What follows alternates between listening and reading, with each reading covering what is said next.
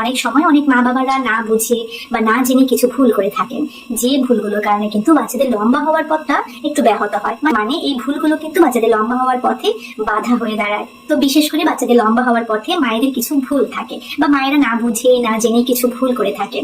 আজকের ভিডিওটিতে সেই ভুলগুলো নিয়ে আপনাদের সাথে বেশ কিছু ইনফরমেশন দিব। আশা করি আজকের ভিডিওটি আপনাদের কাছে ভালো লাগবে। অবশ্যই ভিডিওটি শেষ পর্যন্ত দেখবেন, কোনো অংশ টেনে দেখবেন না। তো হ্যালো ভিউয়ার্স, আমি জেসমিন বলছি। এই মুহূর্তে আপনারা কানেক্টেড আছেন জেসমিনস বেবি কেয়ার ইউটিউব চ্যানেলের সাথে। প্রথম ভুলটি হচ্ছে শুধু ভাত বা একঘেয়ে খাবারের উপর নির্ভর করে থাকা।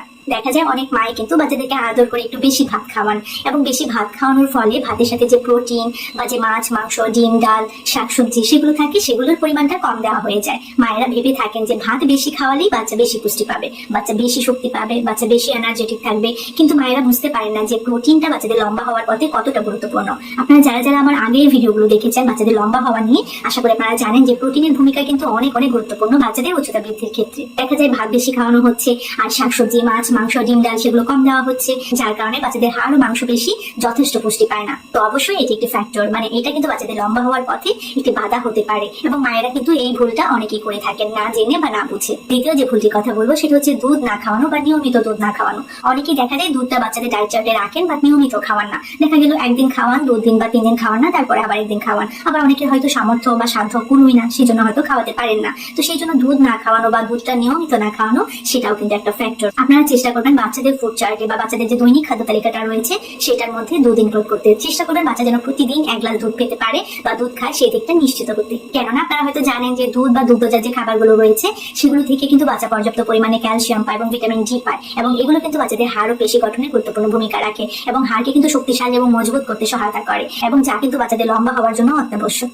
এরপর যে ভুলটির কথা বলবো সেটাও কিন্তু খুবই গুরুত্বপূর্ণ, সেটা হচ্ছে বাচ্চাকে ঠিক মতো ঘুমোতে না দেওয়া। দৈনিক বা রাতে যদি বাচ্চা 8 থেকে 10 ঘন্টা না ঘুমায় তাহলে কিন্তু বাচ্চার গ্রোথ হরমোনটা ঠিকভাবে কাজ করতে পারে না বা ঠিক মতো কাজ করতে পারে না, এবং এটা কিন্তু অনেক মায়েরাই জানেন না বা বুঝেন না।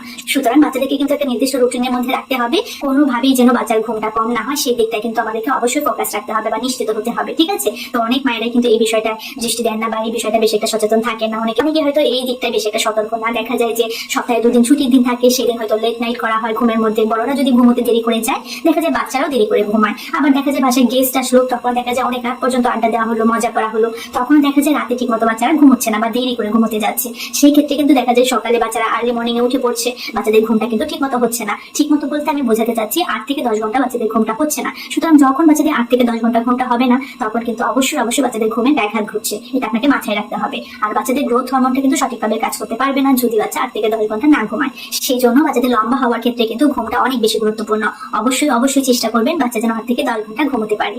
এরপর যে ভুলটির কথা বলবো সেটা হচ্ছে শিশুকে বাইরে খেলতে না দেওয়া। অনেক মাই করেন কি, শিশুকে ঘরের মধ্যে টিভি দিয়ে ব্যস্ত রাখেন বা মোবাইল ফোনে গেম খেলতে দিয়ে ব্যস্ত রাখেন, মানে ঘরের মধ্যে রাখেন, কোনো খেলনা দিয়ে ঘরের মধ্যে ব্যস্ত রাখেন। এটা কিন্তু করলে বাচ্চা দেখা যাবে বাইরে যাচ্ছে না, বাচ্চা রোদ পাচ্ছে না, বাচ্চার ব্যায়ামও হচ্ছে না, বাচ্চার ফিজিক্যাল অ্যাক্টিভিটিটা ওভাবে হচ্ছে না। বাইরে গেলে যেভাবে বাচ্চা করতো, যেভাবে বাচ্চা ছুটোছুটিটা করতো, ঘরের মধ্যে কিন্তু সে অতটা ওপেনলি মুভমেন্ট করতে পারছে না। সুতরাং বাইরে গেলে কিন্তু বাচ্চা রোদ পাবে, বাচ্চার ব্যায়ামটাও হবে, এক্সারসাইজ হবে, যা কিন্তু বাচ্চাদের হাইট ইনক্রিজের ক্ষেত্রে কিন্তু ভীষণ গুরুত্বপূর্ণ। সুতরাং অনেক মাই কিন্তু দেখা যায় এটা করছে না বা করেন না, এবং এই ভুলটা কিন্তু তারা না জেনে না বুঝে করে ফেলেন বা করে থাকেন। সুতরাং মায়েদেরকে বলছি আপনি জেনে রাখুন এবং আপনারা শুনে রাখুন, যদি বাচ্চা ঠিক মতো রোদ না পায়, ব্যায়াম না পায়, তাহলে কিন্তু বাচ্চাদের হাড়ের বৃদ্ধিটা কিন্তু বাধাগ্রস্ত হয়। এরপর যে ভুলটির কথা বলবো সেটাও কিন্তু অত্যন্ত গুরুত্বপূর্ণ, সেটা হচ্ছে মিষ্টি এবং জাঙ্ক ফুড বেশি খাওয়ানো। দেখুন এই যে chips, cold drinks, soft drinks, বাইরের যে স্ন্যাক্স, ফাস্ট ফুড, এই খাবারগুলো কিন্তু দেখা যায় বাচ্চাদের ক্ষুধা কমিয়ে দেয় এবং ভিটামিন ও মিনারেলের ঘাটতি করে। সুতরাং অবশ্যই আপনাকে কি করতে হবে, সফট ড্রিঙ্কস, চিপস, চকলেট, বাইরের খাবারকে কুইট করতে হবে। বাচ্চাদেরকে একদমই দেবেন না বাইরের কোনো খাবার। তো মায়েরা যদি এই ভুলটি করে থাকেন অবশ্যই এই বিষয়টায় সতর্ক হবেন। এরপর যে ভুলটির কথা বলবো সেটাও কিন্তু বেশ গুরুত্বপূর্ণ, সেটা হচ্ছে বাচ্চা মোটা হয়ে যাবে, বাচ্চার ওজন বৃদ্ধি পাবে অনেক বেশি পরিমাণে। সেটা ভেবে অনেক মাই করেন কি, বাচ্চাদেরকে খাবার কমিয়ে দেন, কম খাবার দেন, যার ফলে কি হয়, শিশুরা দুর্বল হয়ে পড়ে, সঠিক পুষ্টিটা শিশুরা পায় না, পুষ্টিহীনতায় ভোগে, এবং যেটা কিন্তু বাচ্চাদের উচ্চতা বৃদ্ধিতে প্রভাব ফেলে। তাছাড়া আরেকটি গুরুত্বপূর্ণ ভুল হচ্ছে শিশুদের মধ্যে ভিটামিন ডি এবং আয়রনের ঘাটতিটা পূরণ না করা। দেখুন বাচ্চাদেরকে যদি আমরা এই যে রোদে না পাঠাই, যদি রোদে খেলতে না দেই, তাহলে কিন্তু দেখা যাবে বাচ্চাদের মধ্যে ভিটামিন ডি ঘাটতি হচ্ছে। এবং বাচ্চাদেরকে যদি আমরা সঠিকভাবে পুষ্টিসম্মত খাবারগুলো যদি না দেই, আয়রন সমৃদ্ধ খাবার, ক্যালসিয়াম সমৃদ্ধ খাবারগুলো যদি না দিই, তাহলে কিন্তু দেখা যাবে বাচ্চাদের মধ্যে আয়রনের ঘাটতি হয়ে যাবে। এই যে বাচ্চাদের মধ্যে আয়রনের ঘাটতি রয়েছে, ভিটামিন ডি এর ঘাটতি রয়েছে, ক্যালসিয়ামের ঘাটতি রয়েছে, এই ঘাটতিগুলো যদি পূরণ না করা হয় তাহলে কিন্তু বাচ্চাদের গ্রোথটা বাধাগ্রস্ত হয়। তো সেটা কিন্তু বাচ্চাদের উচ্চতা বৃদ্ধিতে ব্যাপকভাবে প্রভাব ফেলে। দেখা যায় এই ঘাটতিগুলো যদি কন্টিনিউয়াসলি বাচ্চার মধ্যে থাকে বা থেকে যায়, যদি সেটা পূরণ না করা হয় তাহলে কিন্তু বাচ্চাদের হাড়ের বৃদ্ধিটা কিন্তু ব্যাহত হয়, এবং যা কিন্তু সরাসরি ভাবে কানেক্টেড বাচ্চাদের লম্বা হওয়ার ক্ষেত্রে। তো লাস্ট বাট নট লিস্ট এখন যে ভুলটি কথা বলবো সেটা হচ্ছে, অনেক বাবা মায়ের কিন্তু বংশগতিকে অজুহাত ধরে থাকে। মানে অনেকে ভাবেন যে আমরা খাটো, আমাদের বাচ্চা তো খাটোই হবে, কিন্তু আপনারা হয়তো জানেন না যে সঠিক খাদ্য এবং সঠিক পুষ্টিসম্মত খাবার যদি বাচ্চাটা সঠিক বয়সে পায় তাহলে কিন্তু বাচ্চাটা সর্বোচ্চ উচ্চতা পেতে পারে। সেই জন্য কিন্তু বাচ্চাকে সঠিকভাবে পুষ্টিকর খাবারটা কিন্তু দিতে হবে, এবং বাচ্চার সার্বিক বিকাশটা যেন সুন্দরভাবে হয় সেই জন্য কিন্তু বাচ্চাদের যত্নটা বিশেষভাবে নিতে হবে। তো এখন আমি আপনাদের জন্য একটা দারুণ আইডিয়া শেয়ার করবো। সেটা হচ্ছে, আমি একটি চেকলিস্ট আমার নিজস্ব আইডিয়ার মধ্যে তৈরি করেছি। আপনারা কিন্তু সেই চেকলিস্টে যদি মনোযোগে পড়েন তাহলে কিন্তু আপনারা বুঝতে পারবেন সহজে যে আপনার বাচ্চা লম্বা হওয়ার পথে কি কি সঠিকভাবে হচ্ছে আর কি কি সঠিকভাবে হচ্ছে না। তো আমি আমার আইডিয়া শেয়ার করেছি এখানে, আপনাদের কেমন লাগে অবশ্যই কিন্তু আমাকে কমেন্ট সেকশনে জানাবেন।